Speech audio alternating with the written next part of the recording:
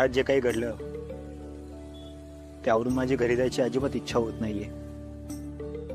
वहिनी खूप दुखावले गेलेत यार, त्यांना असं बघवत नाहीये। पण मला सुद्धा ताईची खूप काळजी वाटते, कारण इतक्या वर्षामध्ये ताईला इतकं हतबल झालेलं मी कधीच बघितलं नव्हतं। त्या गुंडांचं टेन्शन आहेच। आज जे काही झालं ना त्यावरून मला नाही वाटत की ते आणखी जास्त दिवस थांबतील त्यांच्या पैशासाठी। विद्युत, बस झालं, तू चल माझ्यासोबत आताच्या आता पोलीस स्टेशनला चल। आपण त्या वारंगच्या विरुद्ध तक्रार नोंदवूया। त्या वारंगच्या तर आहे ना, अरे आपण काहीच केलं नाहीये तर आपण काय विनाकारण हे सगळं बघायचं, सांग ना। हे बबन, आपल्याला पोलीस स्टेशनला नाही जाता येणार का? कारण वारंगने श्रेयसच्या नावावर इलिगल पद्धतीने लोन घेतलंय। आपण जर पोलिसात गेलो ना तर ते आपल्यावरच उलटेल। म्हणजे आपण काहीच करू शकत नाही का विद्युत? काय झालं प्रतीक? माझ्याकडे तुमच्यासाठी अजून एक वाईट बातमी आहे। आता काय झालं?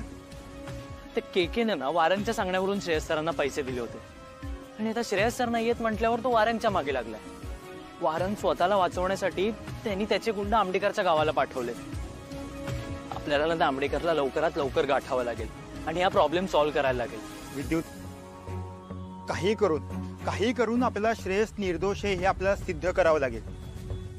हे सगळं ठीक आहे बबन, पण सध्या आपल्याला एक गोष्ट करायला हवी।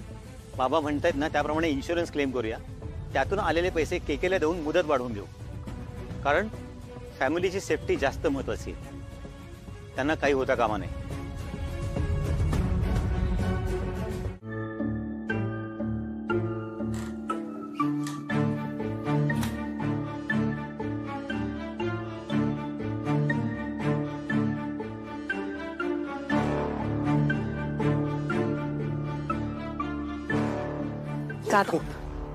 नीचे नीचे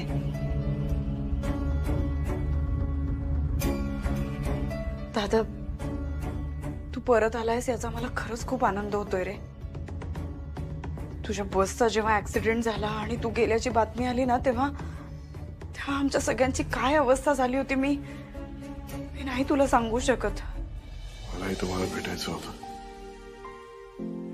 पण काय उपयोग, इकडे येऊन लटकलोय। बाहेर पडू नाही शकत, कोणाला भेटू नाही शकत। शिल्पी, मला सांग, अश्विनी कशी आहे ग? खूप खचलीये ती। तिला मी याच्या आधी कधीच असं बघितलं नव्हतं। आधी तर विश्वासच ठेवायला तयार नव्हती की तू आता या जगात नाहीयेस। त्या इन्शुरन्सच्या पेपर्स वरती पण सही करायला तयार नव्हती ती, अजिबात तयार नव्हती ती। पण मग नंतर ते केकेचे गुंड घरी येऊन त्रास द्यायला लागले म्हणून नाईलाजास्तव तिने आई बाबा कसे आहेत? आईसारखी रडतीये, देवाला कोसतीये, जेवत नाही, अनेक वेळेला गोळ्या घेत नाही। बाबांना तर काही सुधरतच नाहीये।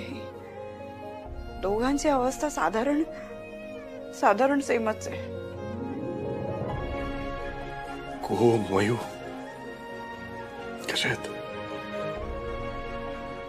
तुझी मुलगी मोठी झाली आहे दादा, आता वहिनीला सांभाळतीये ती, हा रस्ता दाखवतीये की कशी मी रिस्पॉन्सिबल आहे। आणि पण नाही रे, आतून खूप घाबरलीये ती।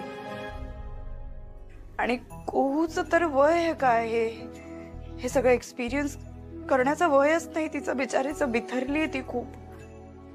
सगळेच खूप वियर्ड कंडिशन मधनं जातात।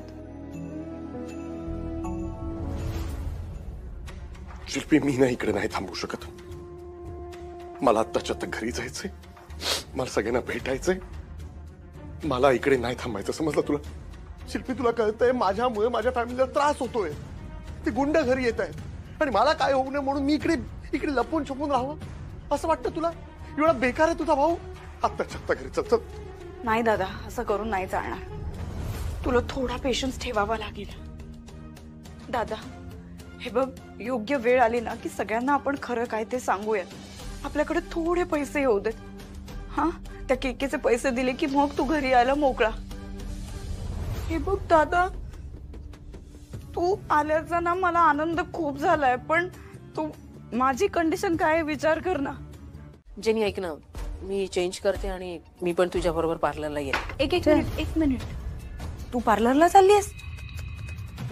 कशासाठी? अगं असं काय करते शिल्पी, आपल्या दोघींचंच बोलणं झालं होतं ना. तू म्हणाली होतीस की मी पार्लरला जायला हवं आणि खरंच जायला हवं ग. एवढे पैसे त्या गुंडांना द्यायचे, काही ना काहीतरी मार्ग शोधावाच लागेल ना. हो मी सांगितलं होतं तुला, पण मला असं वाटतं की तू आता नाही जायला पाहिजेस पार्लर मध्ये. का अगं पण? का म्हणजे सिच्युएशन बघ ना. अगं जेनिफर, तुला माहितीये का काय झालंय घरी? गुंड आले होते, धमक्या देऊन गेले सगळ्यांना. आमच्या डोळ्यात देखत मयुरीच्या गळ्यातली चेन खेचून नेली, बाबांची कॉलर धरली, आम्हाला सगळ्यांना जाताना आम्ही पुन्हा येऊ पैसे नाही दिले तर असं सांगून गेले. आणि हे असं सगळं असताना, इतकं रिस्की असताना बहिणीने पार्लरला जाणं बरोबर आहे का मला सांग? बिचारी ती कुहू एवढीशी पोरगी आहे, पण अशी झोपेतनं काल दचकून उठली ग घाबरून. कुहू कधी रात्री दचकून उठली? अगं ती तर माझ्याच बाजूला झोपली होती. नाही सॉरी, काल नाही, आज सकाळीच अशी दचकली, घाबरली ती. मग मी तिला सावरलं तेव्हा शांत झाली ती. पण माझ्या म्हणण्याचा अर्थ समजतोय का? हे इतकं सगळं रिस्की असताना नाही जायला पाहिजे. हे सगळं सोड, क्लायंट समोर आले, तुला धमकी दिली तर काय इम्प्रेशन पडेल? अगं ज्या बिझनेस बद्दल आपण बोलतोय ना, तो बिझनेस पूर्ण ठप्प होऊन जाईल. जेनी अगं तू तरी समजून सांग, तुला कळतंय ना हे खूप रिस्की आहे अगं. Actually she is right Ashwini, तू घरीच थांब ओके. आणि सगळ्या अपॉइंटमेंट्स आहेत ना मी हँडल करते, मी करते मॅनेज. ओके, मला जावी दे, मी निघते. हो यू टू टेक केअर. हा येस, काय वाटलं तर फोन कर, असं काही रिस्की वाटलं तर. डोंट वरी, मी करते. ठीक आहे. ओके ओके, चल मी येते. काही लागलं तर कळव ग जेनी. हो हो.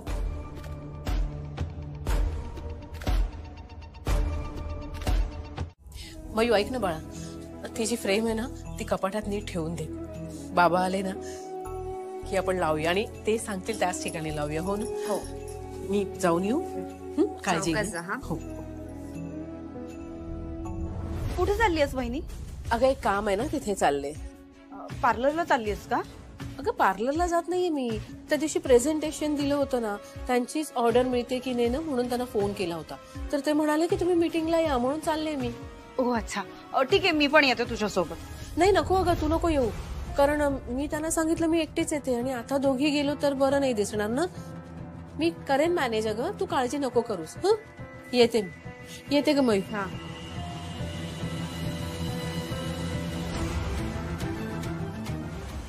जसा एखाद्या वस्तूमुळे माणूस आहे हा संकेत मिळू शकतो, तसाच तो गेलाय हा संकेत सुद्धा मिळूच शकतो ना. एक ना अशी काहीतरी वस्तू पाहिजे ज्याच्यामुळे बहिणीला पटेल की तिचा नवरा गेलाय.